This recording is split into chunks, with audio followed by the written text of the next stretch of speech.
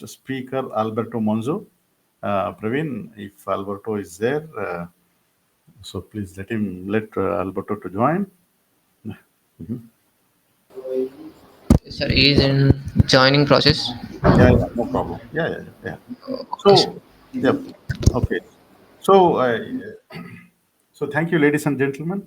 Just to before Alberto join, all these videos will be available in the portal along with the presentations. We take permission from the speakers, put into the into the portal and share the link to in the post in the next post. Okay. So that's not a problem. You don't have to worry about it. Unless if the speaker don't want to share it, then we cannot share that. Otherwise, we will share it. Okay. And the second thing is the YouTube link. Whatever you have, it will be posted again just in the comment by our team. Just share with anyone who are interested to join. It does not need any registration also. You can directly join. Okay, so that is very important. And our guest speaker is about to join us. So if you have any questions, please post it. We try to make sure that your questions are answered uh, in the session. Okay. So we had very nice session, two sessions today. So first session, Dr. Shankar has talked about organizational performance using balance scorecard. So he gave a very nice case study of power plant in India. So he implemented balance scorecard in a couple of projects. So he's shown the examples.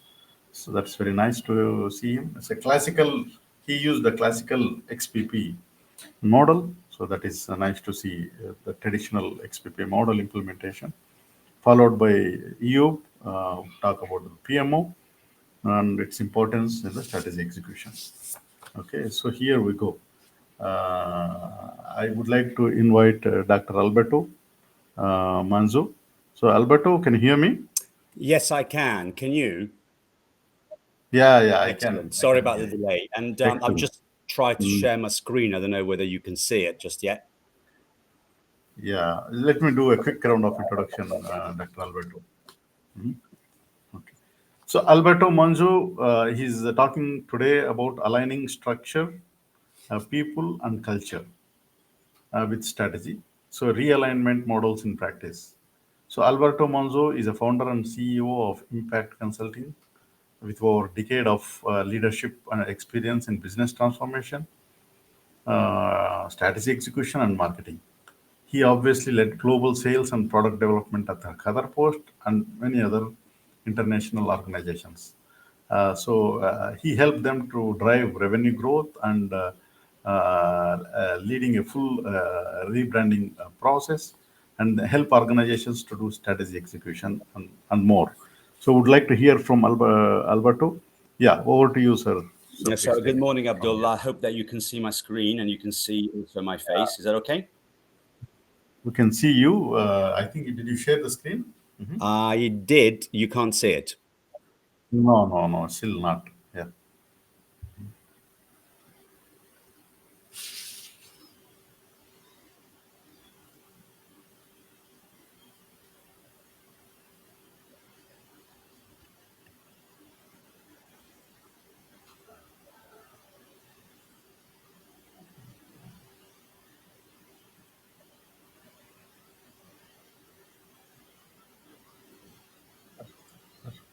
Trying? Are you trying? I am trying, of course. Yes, just a minute. No problem. No problem. Take your time.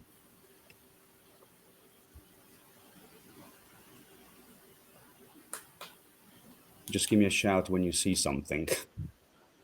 Yeah, yeah, sure, sure. The sharing part is a little tricky in this history. Mm. It's always, Yeah, I was following yesterday's presentations, and there were some people as well that finding it difficult to sort it out. I mean, obviously the yeah. So we the had, commands are clear, had but for some reason we're going around the houses here.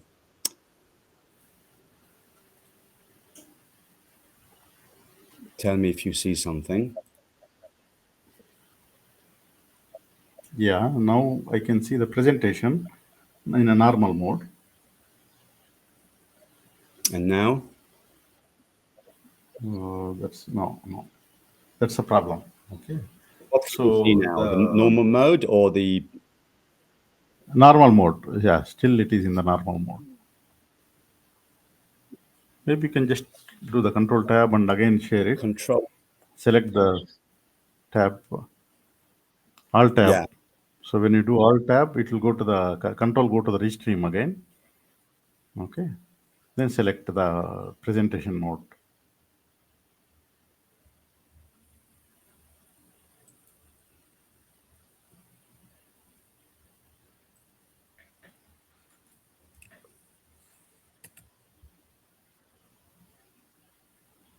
What about now?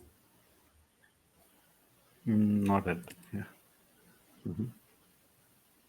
not yet. What can you see now? Just the normal presentation? Normal presentation, the first page.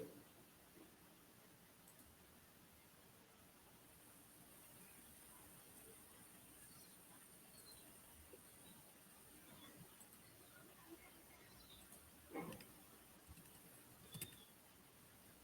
can see your cursor.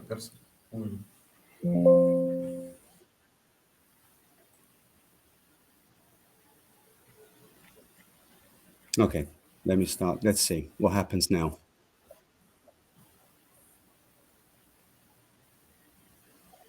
Same. Still we are in the page one.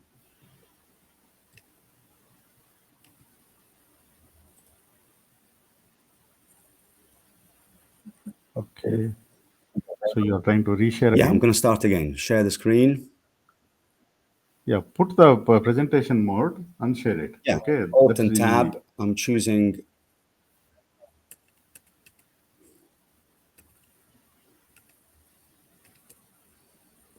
What can you see now? Can you see my LinkedIn?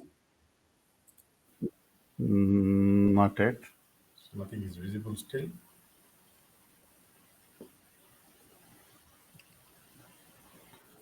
Still no.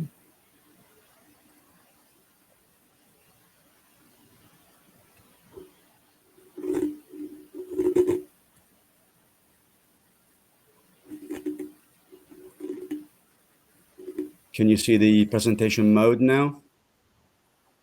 Not yet. Nothing at all, or can you see this? Nothing. No, nothing at all. Still, so far, nothing. Hmm.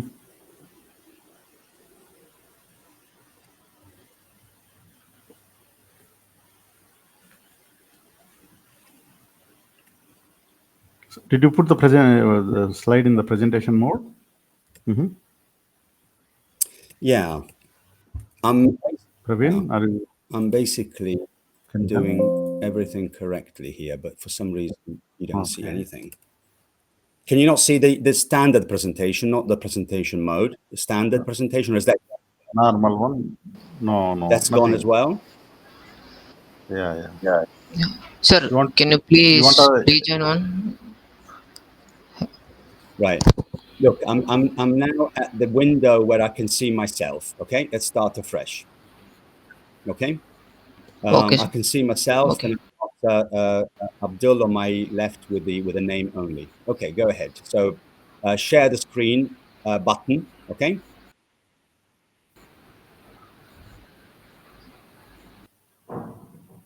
Praveen, can you hear me? Praveen, can you come here? Yes, sir. Yes, sir. Just a second. Right, Praveen, I'm in the main screen. Okay, so share screen. There is a little television with the arrow up. I mean, I've done this about 1,000 times, but I mean, this is not good, is it?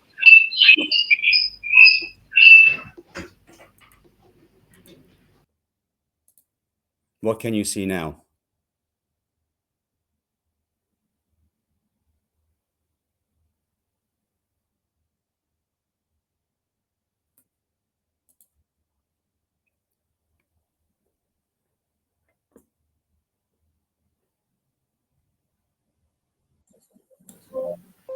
Okay, Praveen, what can you see now? Can you see the presentation?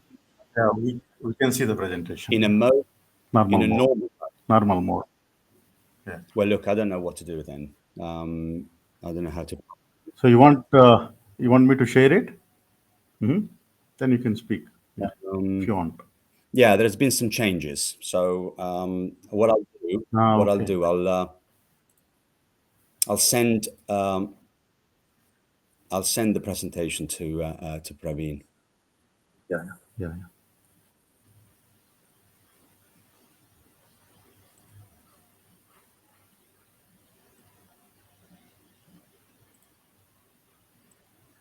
Just try one last time.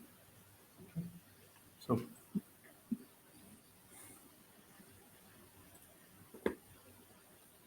put the PPT in presentation mode and then Alt tab, go to Restream window and then share it and select the presentation mode window. That's the easiest one. Okay, stand by. I will do it for the last time. Yeah, yeah. Just try last time.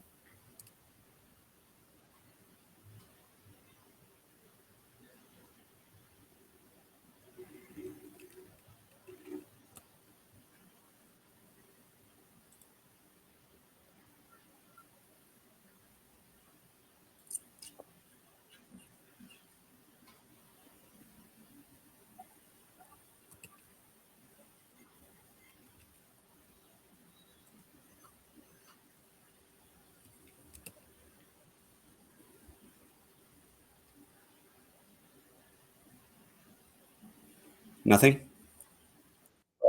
Oh no. Nothing. Yep. So, Praveen, you got the file? Try now. Okay. Nothing. Yeah. So we will do that. Let Praveen share. Okay, let's do it. Yeah. But for next time, I don't know what we're using here, but anyway, you're just wasting my time and yours. Okay, are you on, Praveen? Can you put your slide up?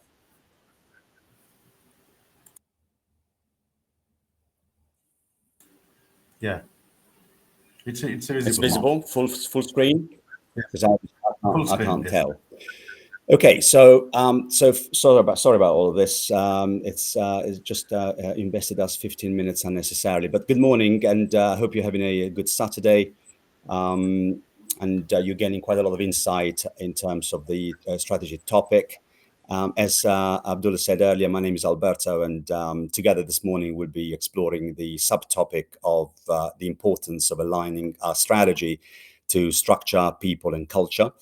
And I will attempt to do so in a practical way, bringing in the research by the main strategy houses, along with the real case study, which I had the pleasure and the challenge to work with here in Qatar, and which was the postal administration of this country. Okay, so next slide, Praveen, in the content. Okay, we'll be looking at some of these topics, like I mentioned, the views of the strat houses. I will have a look at the cultural deep dive through an innovative method, the closed loop management system, and again, the case study of Q Post or Qatar Post that permeates across the experience that I'll take you through. In terms of introductions, I don't need to go through that slide. You can see that offline. And we'll go straight into this executive summary. Praveen, have you got that slide up?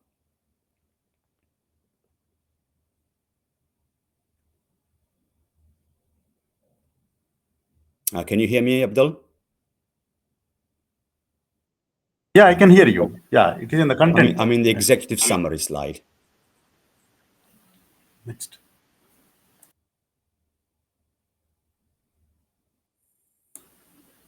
Okay. Yeah, it is in the executive summary. Okay, great. So the successful strategy execution hinges on transforming broad strategic plans into clear, actionable goals that align every part of the organization. And failure often results not from poor planning, but from inadequate communication and execution. I heard earlier Mihai's comment on the other speaker, and I'm very happy to mention that the balanced scorecard is a very important tool and serves as a vital technique in this process, translating high-level objectives into specific targets and performance metrics across 4 critical dimensions, which are the financials, the customer, the internal processes, and the learning and growth. Strategic alignment across departments and teams prevents, obviously, silos and conflicting priorities, enhancing coordination and ensuring resources are deployed to initiatives that deliver the greatest impact. And prioritizing the investments aligned with strategic priorities is essential to maximizing organizational value, requiring adequate support for key processes and capabilities that drive strategic delivery. And continuous performance monitoring through the balanced scorecard enables the real-time tracking and creates a feedback loop for agile decision-making. This adaptive approach, and this is an important word, adaptability and agility, allows organizations to identify gaps between the plans and the results and make informed adjustments and improve the execution.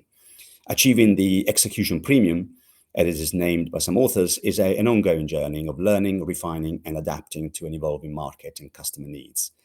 Strong leadership is critical, and with the CEO championing the strategy, operational managers ensuring that the cross-functional accountability and executives promoting alignment and reinforcing the strategic objectives. And effective governance and structured review meetings promote a culture of strategic focus and continuous learning, ensuring sustained execution, excellence, and the realization of long-term value. This comprehensive framework empowers organizations to clarify the strategy, monitor progress, and engage every employee in driving the strategic success. Move it on to the next slide, please, Praveen. Here I have shared with you, but I'm not going to go through every single slide in this level of detail. But I wanted to offer you 5 different strategy houses for the audience to later examine in much more detail. And one is McKinsey, but I will not go through all the 5 or 6 points there in blue, but I'll just pick a few. So the transformation frequently fail when the leadership team does not develop a compelling narrative that resonates with all the employees. The change story, because essentially transformations and strategies are transformations for me, and transformations is change. And the change story must be meaningful beyond just the financial incentives to engage the entire organization. Without a powerful and relatable change story, the employees may lack the motivation and understanding that is required to fully commit to the strategy roadmap and the transformational efforts. Now, poor alignment and engagement, I'll take the third one off that list. Successful transformations require the entire organization to be aligned and engaged. This includes setting clear expectations, maintaining regular communication, and ensuring that everyone understands their role in the transformation process. Misalignment and lack of engagement can lead to fragmented efforts and decrease the overall effectiveness. And I'll choose the next one as well, which is also important for us. It's the inadequate change management infrastructures. And effective change management structures, such as dedicated transformation office or office of strategy management, in my experience, are essential. These structures help in tracking the progress, managing initiatives, and maintaining the momentum needed to drive the transformation. Without a robust change management framework, it is difficult to coordinate and sustain the various activities required for the transformation and for the successful strategy deployment. The leadership aspect probably comes, I'm sure will come in one of the other strat houses, so I'll leave it out. But to just mention that the role of the chief strategy officer or a director of strategy, whatever in the organization is available in the org chart, can drive a transformation with authority and focus, ensuring that leadership is fully committed and capable of steering the strategic initiatives in the right direction. Next slide, Praveen, kindly, please. Some of the BCG elements resonate with what I have just been talking about for McKinsey. And for them, the highlights that the people dimension is crucial.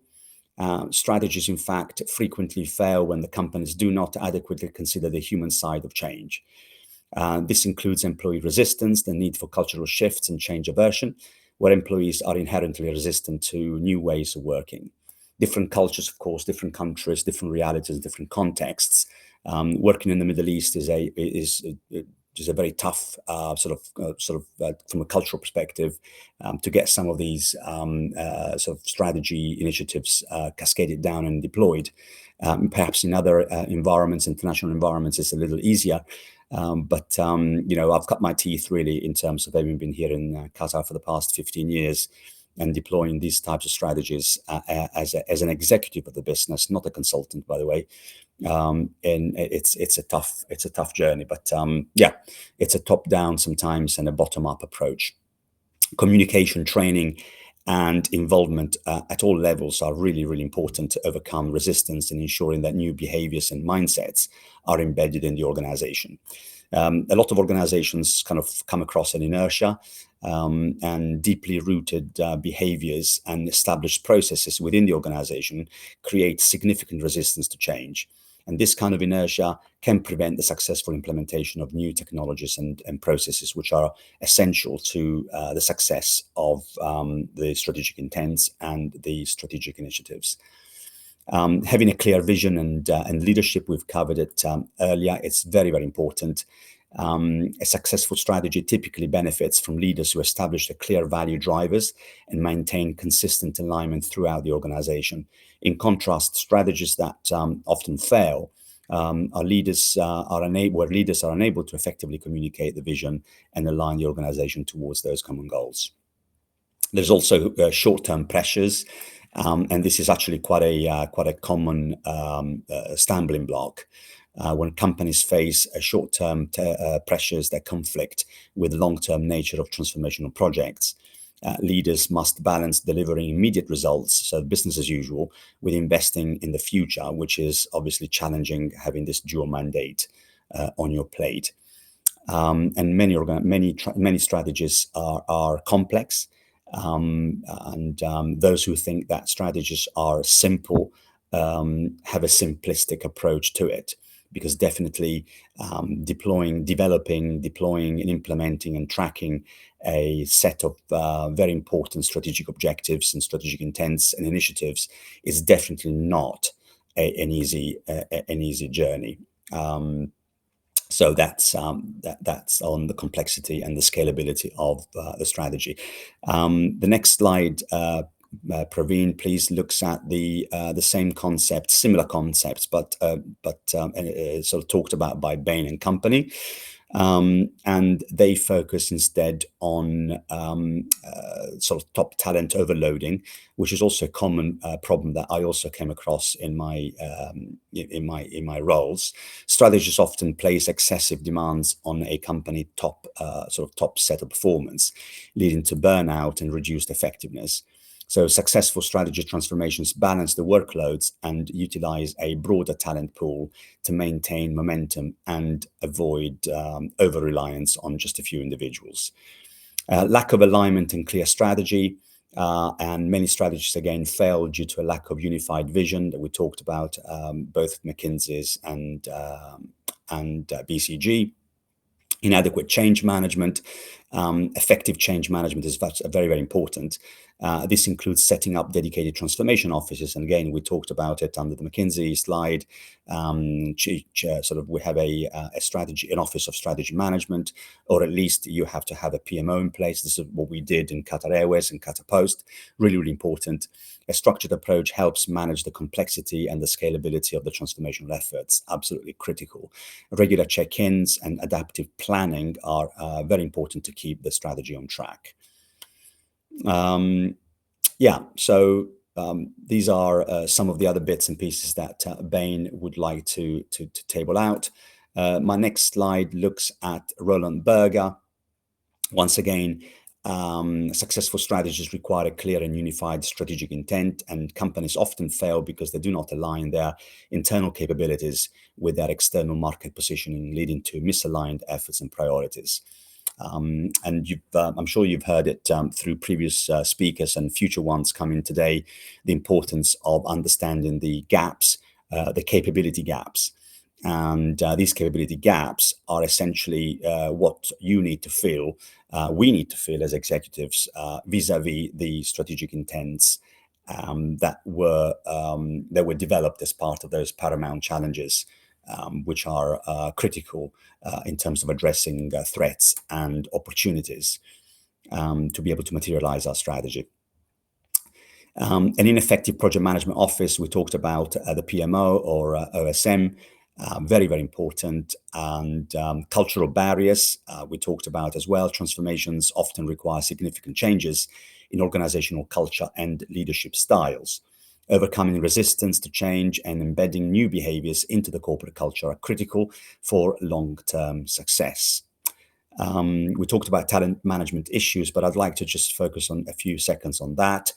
Effective talent management is crucial and critical for the success of any strategy.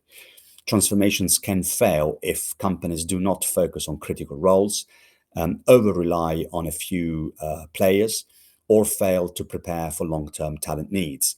Ensuring that the right people are in the right roles and that there is a pipeline of talent ready to step in into key positions is vital for maintaining momentum and achieving transformational goals.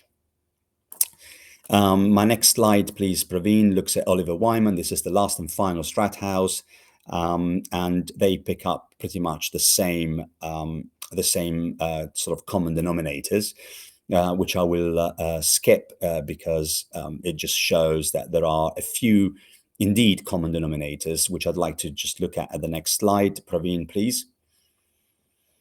Okay, so out of those 5 strat houses, what we've determined is that there are some basic common denominators as an extract of the previous 5 pages.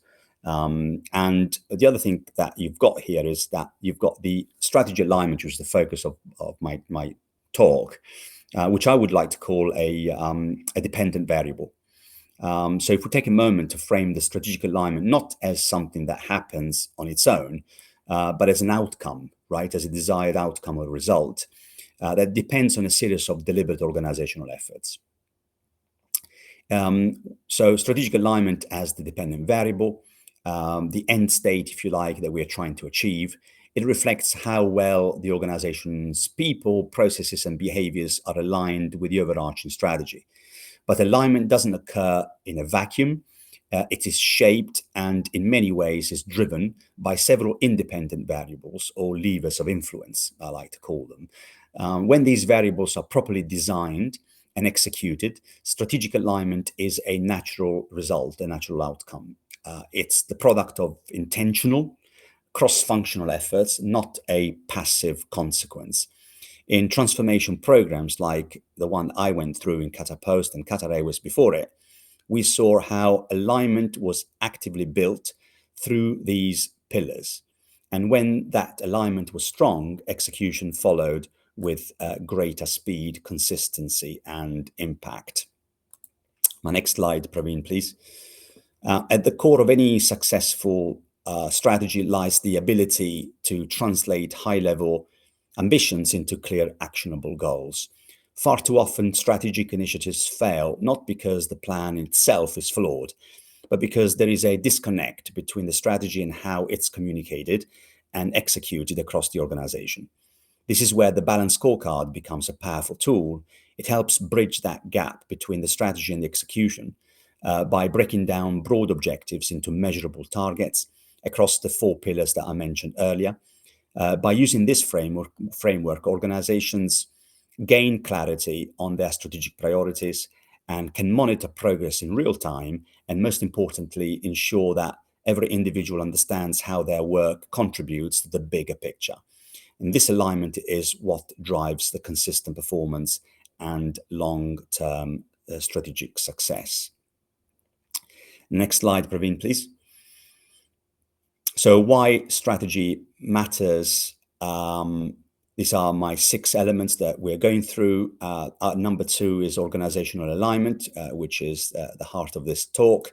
To truly execute strategy effectively, we need the entire organization to move in the same direction. That means making sure that every department, every team, and business unit is aligned with our overarching strategic objectives. When parts of the organizations operate in silos or chase their own priorities, we lose coordination, we may duplicate efforts, and ultimately we fall short of what we are capable of achieving. Misalignment creates friction, and that slows down the progress. Strategic alignment is about more than just communication. It's about translating high-level goals into clear, actionable targets for each function and individual. Everyone should know how their role directly impacts and supports the strategy overall. With this shared direction, we can reduce internal conflict and focus on our efforts, make better use of our resources. It ensures that we're not just working hard, but we're working smart together towards the same goals. Probably in the next slide, please. And one of the most important aspects of execution is making sure that we're investing in what truly matters. That starts with identifying the core processes and capabilities that are essential to delivering our strategy. Once we've done that, we need to ensure that these areas are fully supported, both financially and with the right people. Execution isn't just about having a plan, it's about directing resources, time, money, and talent towards the initiatives that will make the biggest difference. That means making tough decisions and tough choices. We can't fund everything, it's a trade-off, isn't it? And we talked about strategy in terms of the theoretical aspect, but when I talk about this, it's really out of sweat, blood, and tears, and we can't fund everything. We must prioritize investments that are directly tied to our strategic objectives, initiatives that will move the needle and create the most value for the organization. And by being intentional about where and how we allocate our resources, we can maximize the impact, avoid waste, and stay focused on what truly drives success. The next slide, Praveen, number 4, is performance monitoring and feedback loops. And on this one, I'd like to say that performance monitoring is also a very, very important enabler of strategic execution. It's how we bridge that gap between planning and results. And without it, we are going to fly essentially blind. The balanced scorecard again and again provides a structured framework to monitor progress. And this comprehensive view ensures that we're not just tracking outputs, but we're also drivers of long-term performance. And importantly, the BSC allows for real-time tracking, giving us the ability to continuously monitor how we're doing against our strategic goals. And it creates a feedback loop, so we're not waiting for quarterly reviews to course correct. We can be agile and adjust as we go. By regularly comparing planned outcomes with actual results, we can identify those gaps early, take corrective action, and keep our strategy on track. And this adaptive approach is what gives the organization a competitive edge. It reinforces the alignment and boosts responsiveness and significantly improves the chances of realizing the full value of the strategy. Our next slide, Praveen, it's about strategic learning and adaptation, and achieving the execution premium, as Kaplan Norton mentioned, isn't about reaching a fixed endpoint. It's about a continuous process. It's about constantly learning, adjusting, and refining our approach as we move forward. High-performing organizations understand this. They regularly evaluate their strategic assumptions, and they challenge what they think they know and use the real-time data and performance insights to guide ongoing improvements. And this mindset enables them to adapt quickly when the market conditions shift or customer expectations evolve and change and pivot. Their ability to stay agile becomes a competitive advantage in itself, keeping them aligned, responsive, and ahead of the curve. Ultimately, it's this commitment to continuous adaptation, not just the planning element, that sustains execution excellence and drives long-term value. Our next slide, Praveen, looks at governance and leadership commitment. Strong leadership is absolutely essential. We talked about this all the way through this very brief chat to achieving the execution premium. Without strong leadership, even the best strategists will not progress as effectively. The CEO plays a vital role as the visible champion of the strategy, setting the tone, direction for the entire organization to follow. But leadership doesn't stop at the top. And like we mentioned earlier, the OSM is critical in ensuring cross-functional accountability, making sure that strategy is not just talked about, but actually implemented across departments and teams on a day-to-day basis. Executives must actively lead the strategy, not delegate it. That means promoting alignment, reinforcing priorities, and making sure that everybody understands what the organization is trying to achieve and why this matters. To support the execution, we also need effective governance mechanisms and structures we talked about that ensure accountability, monitor performance, and guide how resources are allocated and tracked. And culture is reinforced through distinct types of meetings.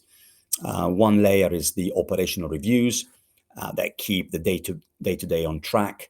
The second layer is strategic reviews that assess how long-term direction is ongoing, and the strategy adaptation sessions that allow for reflection and course correction.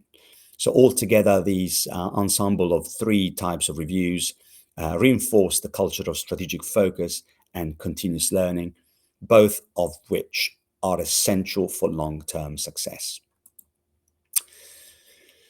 If you give me my next slide, Praveen, and when I talked up until now, since the beginning, it's really about the experience that I had in a couple of organizations as an executive of those organizations, as I said earlier, not as a consultant. And this is a distinct difference. When the organization itself, when I was involved in it, drives the concepts that I have talked about till now, this is really important, and we do it not with the help of the consultants, although they are useful at times, but we do it ourselves, and we do it, and we act as an intelligent client in executing and deploying and rolling out the types of best practices that I've been sort of talking about for the past sort of 25 minutes. So in our case, in Qatar Post, we had a top-down strategic clarity and alignment, and the strategic objectives were systematically translated into operational goals through a cascading model. This ensured that every department and unit could directly connect their activities to the national vision, and QNV stands for the Qatar National Vision 2030, and Qatar Post transformational goals. The balanced scorecards are very critical, again, as I talked through the entire talk. Qatar Post used the BSC framework not just as a measurement tool, but as a strategy alignment mechanism. It helped us link the corporate goals to the departmental KPIs and individual performance metrics. So there was a clear line of sight from the very top to the very bottom of the organization. We also had a dedicated transformation office. We had a PMO and an office of strategy management that set the drumbeat to ensure focus, drive, and coordination, managing interdependencies, and this is important, interdependencies across various initiatives. The office maintained a disciplined rhythm of reviews, performance monitoring, and risk mitigation, which minimized strategic drift and kept the momentum high. Employee engagement and internal communication was another element that we focused very deeply in.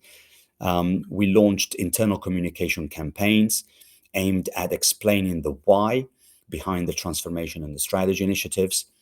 We held town halls, team briefings, and cross-functional meetings were held to reinforce the transparency and invite feedback from people, reinforcing the organizational narrative. HR integration and change champions were also a couple of tools that we adopted. These played a critical role for us in our journey. We integrated transformational goals into the performance management systems, training programs, and reward frameworks as well. The creation of change champions helped us build internal momentum and promote peer-driven alignment. So these were employees from cross functions tasked with promoting and supporting change at the grassroots level. Customer-centric redesign. Let's not forget about customer. The emphasis that we put on our transformational strategy was placed on designing around customer needs, not just internal efficiencies. And this helped anchor the transformation in purpose and relevance. Tools like, for example, customer journey mapping and service blueprinting helped align internal processes with external expectations, making the transformation and the strategic initiatives more relatable for staff and customers alike. And finally, the feedback loops and the adaptive strategic approach was also very important that permeated through my talk so far. In Catapost, we instituted regular performance reviews, employee feedback surveys, and customer satisfaction tracking, for example, the Net Promoter Score, NPS, to create a learning organizational model. And this built a closed loop system where insights were fed back into the strategic and operational adjustments, helping the organization adapt while maintaining alignment. So that's how those elements that I talked about earlier with the strat houses and other slides permeated through in real life in our journey in Catapost. Now I want to focus in the next slide on the people element, which is extremely important. Praveen, if you're moving on to the cultural deep dive slide, here is where things become complicated, because strategy is a social science, in my opinion. We can be technical about it, but at the end of the day, it's about people, and it's about how people deploy the precepts and the concepts of strategy. So, and this is where I'd like to focus three slides onto. We've all seen it, and an organization rolls out bold values, right? Launches a new cultural initiative, maybe even hosts an all hands or prints inspiring posters. You've seen those in organizations. The walls are all papered with all sorts of things. But when you speak to employees, what they describe day to day doesn't match the message that the organization wants to cascade. So there is a disconnect, right? That's the first challenge that we see on our screen here, promised culture. Reality feels far removed from our aspirational values.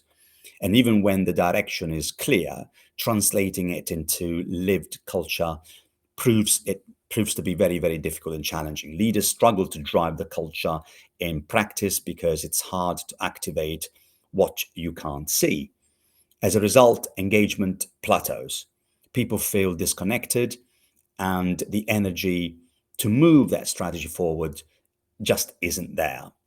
This isn't just about values, it's about the execution part of the strategy. So closing this gap starts with seeing the reality clearly, not just what we say, but what's truly lived by our teams.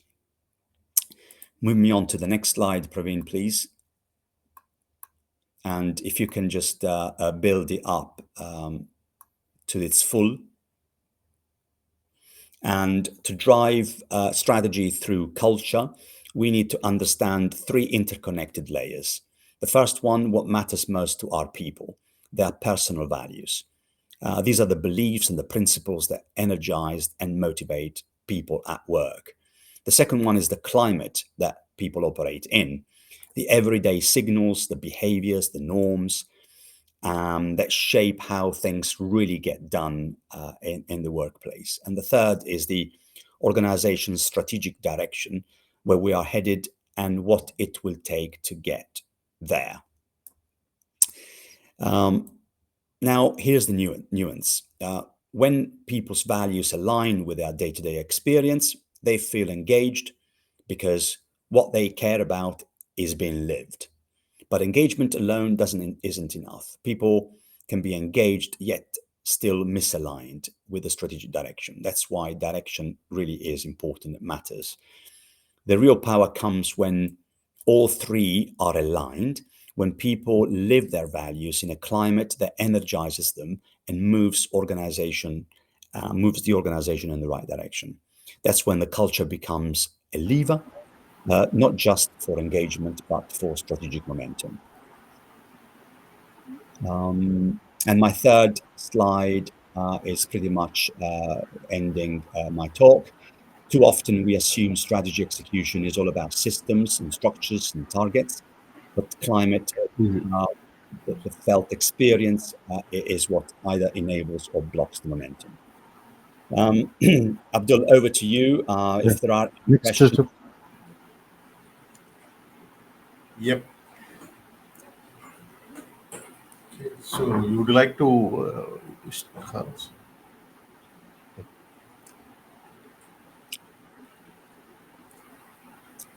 hi So in Alberto. terms, Yep. Yep. so in terms of the key takeaways, and I just close it now. In terms of key takeaways and best practices, the first critical step in effective strategy execution is to translate those high-level objectives into clear, actionable operational goals. And this makes the strategy tangible and relevant at every level of the organization. And to achieve this, the strategy must be cascaded throughout the organization from senior leadership down to the individual teams and employees. And this is that clear line of sight I was describing earlier, so that everybody understands their role in delivering the strategic priorities. And embedding the strategy into HR systems is also very important. And this means integrating strategic goals into the performance management, into the recruitment, the training, and the development processes, ensuring that people are aligned, capable, and motivated to execute. And maintaining a disciplined and regular review process system is essential to monitor progress itself, identifying issues early, and keep the organization focused. These reviews provide opportunities to assess alignment and make the necessary adjustments. Deploying a dedicated OSM is very, very important, can greatly enhance the focus and the accountability. And this unit serves as the nerve center for managing strategy execution, coordinating efforts, and tracking key metrics, facilitating communication. Finally, cultivating a culture that supports strategy execution is vital. Leadership plays a crucial role in setting the tone, modeling the behaviors, and reinforcing the importance of alignment. Feedback loops enable continuous learning and engagement, empowering teams to adapt and improve. And altogether, these elements create a robust system that connects the strategic intent with the operational reality, driving consistent and effective execution. That's it. Abdul, over to you. And Yeah. if there are any questions, I'll be happy Yeah, to. we have 10 more minutes to take up questions and further explanation because we started the session a little late. Okay, That's so okay. we can do 10 more minutes, no problem. Okay, so if you can stop screen share, then you can talk. Yeah, I'm not sharing it. So, Yeah, yeah. Okay. Okay, so you can do it. Okay. Okay, so I think it's very important session where we talk about aligning structure, people, and culture. And culture, especially the part where you are in the region, where you have multiple people, uh, multiple people from different countries, and then local people. Okay, so it's a complete different environment. I know. I worked there in Middle East for quite some time. Okay, it's very very important that any initiative, especially in strategic in nature, need to be aligned. Otherwise, even if your intent is good, everything is good, there is it tend to fail. Okay. So can you throw a real-time examples based on your experience, especially mid-size to large organizations? How did you help them to do that? Yeah. Mhm. yeah, I think as I said, and as you've wrapped up quite nicely, the cultural context is very, very important, and the context also suffers and or benefits from the geographical presence of the organization. Some of us have worked in US or Western organizations, and they will experience a certain kind of environment and culture. And some of us also have worked in, like I said, in Africa, or in the Indian subcontinent, and also in the Middle East, where I am, and I have been over the past 14 years, 15 years. And here we have and of course, working in Asia is an interesting environment where, if you are in Southeast Asia, places like Korea, Japan, you've got a culture of obedience, where people, will follow the lead, right? And will follow the leader much more easily, in fact, very smoothly compared to other environments. So, my experience is very much colored by a westernized approach and the Middle Eastern approach, Abdul. And as you know, you've been here a while, and I know what your history is, so I know what you've done. And it is very tough, but also very rewarding. And as I said earlier, the part that is very rewarding for me is not doing what I've just been preaching as a consultant, by any means. What I really enjoy the most is deploying the concepts I've described in real life and doing them myself as one of the executive teams, working together with the rest of the colleagues. In my experience in Catapost, my role was in the commercial space. And the commercial space meant product development, which is a very, very important part of the strategic mix, and the paramount challenges that need to be surmounted. When you think about a post, you're not talking about Coca-Cola, Pepsi, or Nike. You're talking about a relatively seemingly boring product, right? So how do you transform that product mix is really, really important. And what strategic initiatives do you have to put in place? So my role was very much responsible and accountable for product development, product creation, ideation of new products and services, and revenue generation. So direct correlation between launching and or adjusting existing or new products with making the revenue for the business. And this is really kind of the excitement that really sort of I try to convey in this talk in a practical way.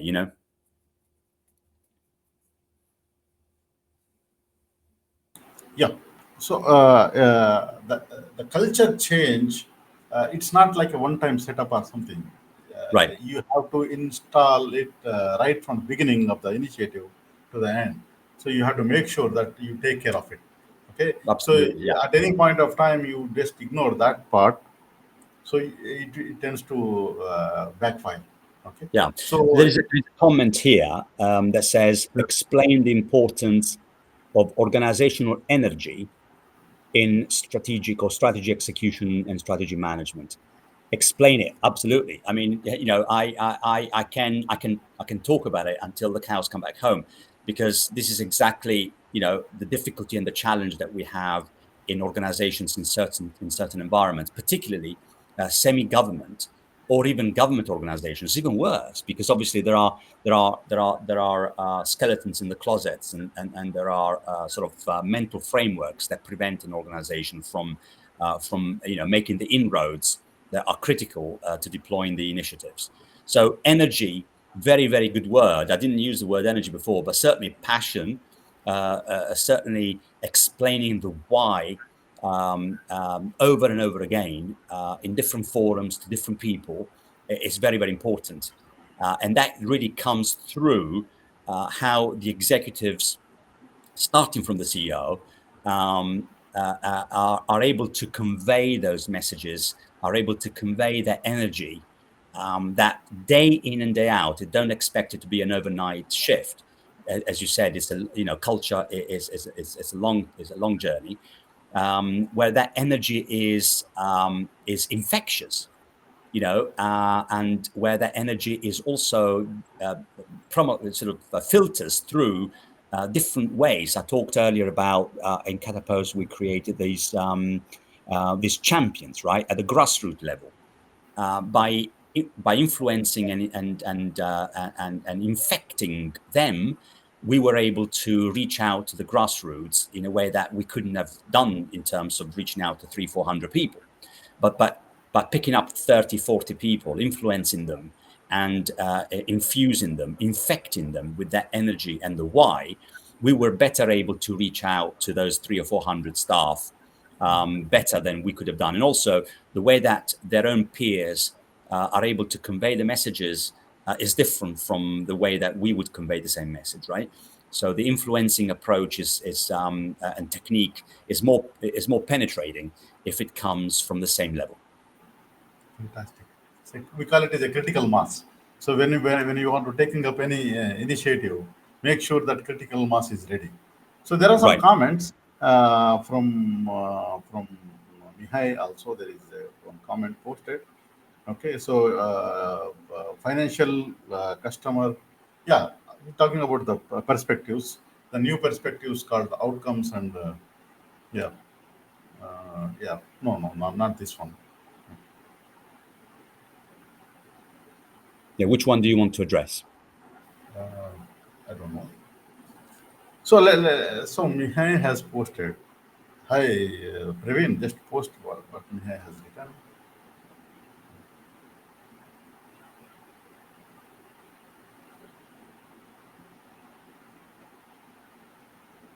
The next one, the before one, the financial perspective.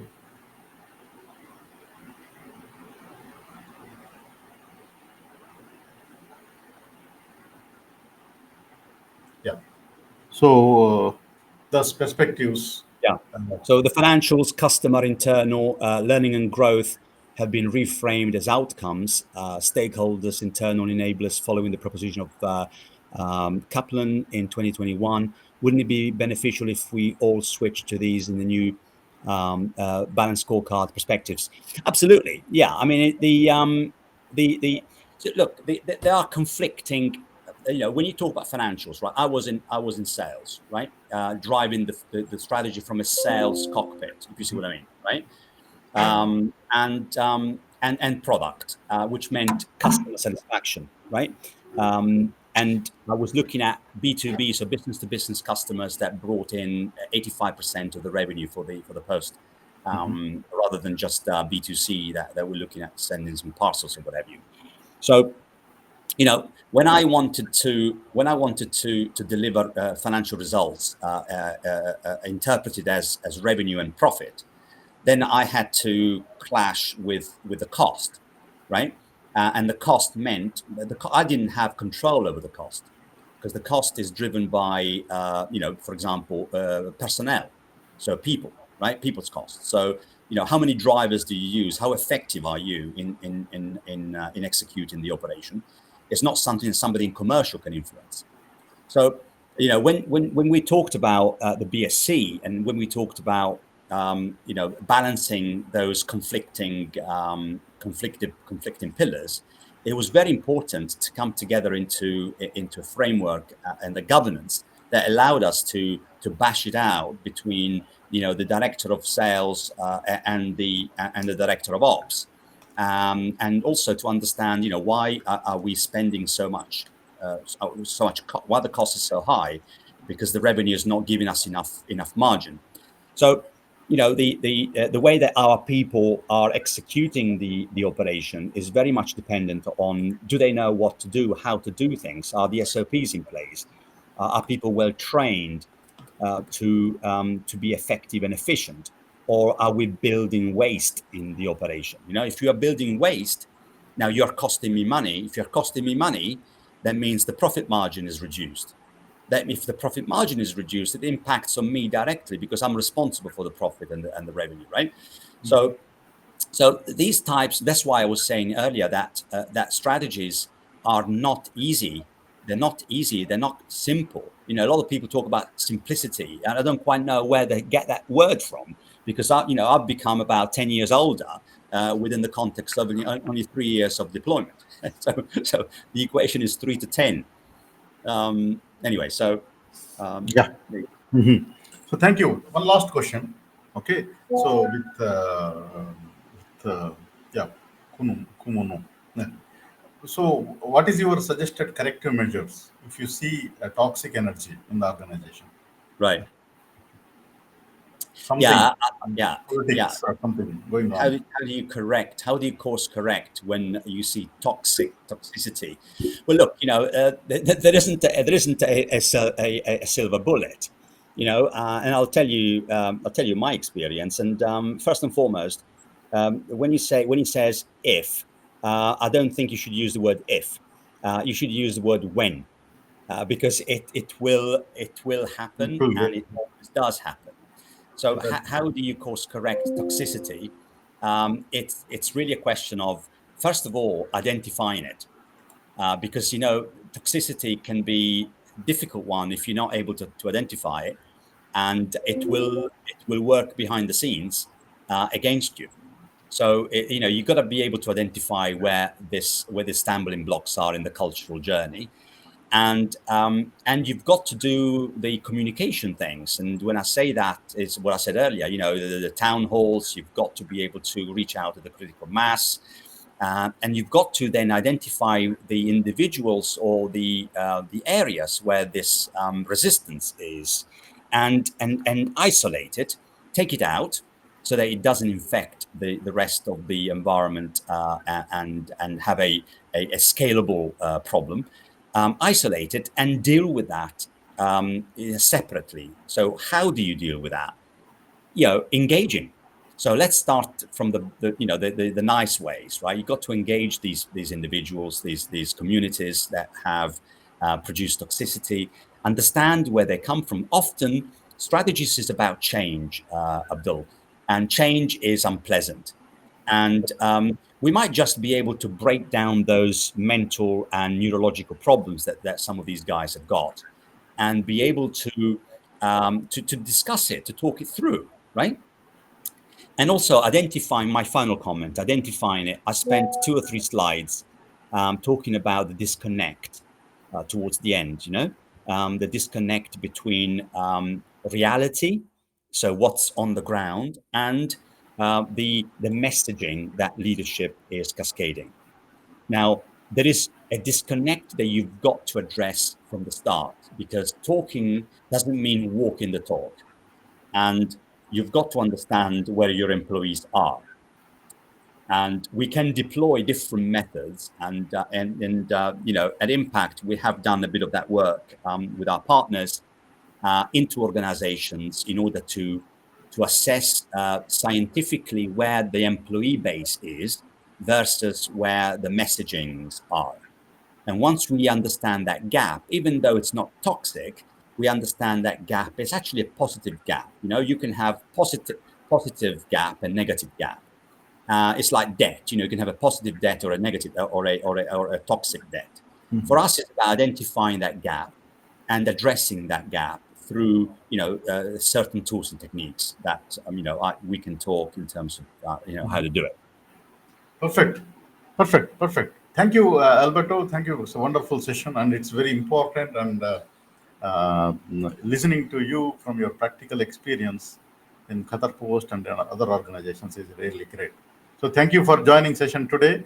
And some disturbance in the initial. Okay, so apology for that. So no problem. So we'll take corrective actions. Right. So have Okay. a great time. Thank you. And if there is any questions to Alberto, so please post it, and then we will make sure that they reach to Alberto, and then they get answered. Okay. So Right. thank you very Right. much. Have a great time. Thank you, Alberto. And you. I will leave that. Thanks a lot. Thank you.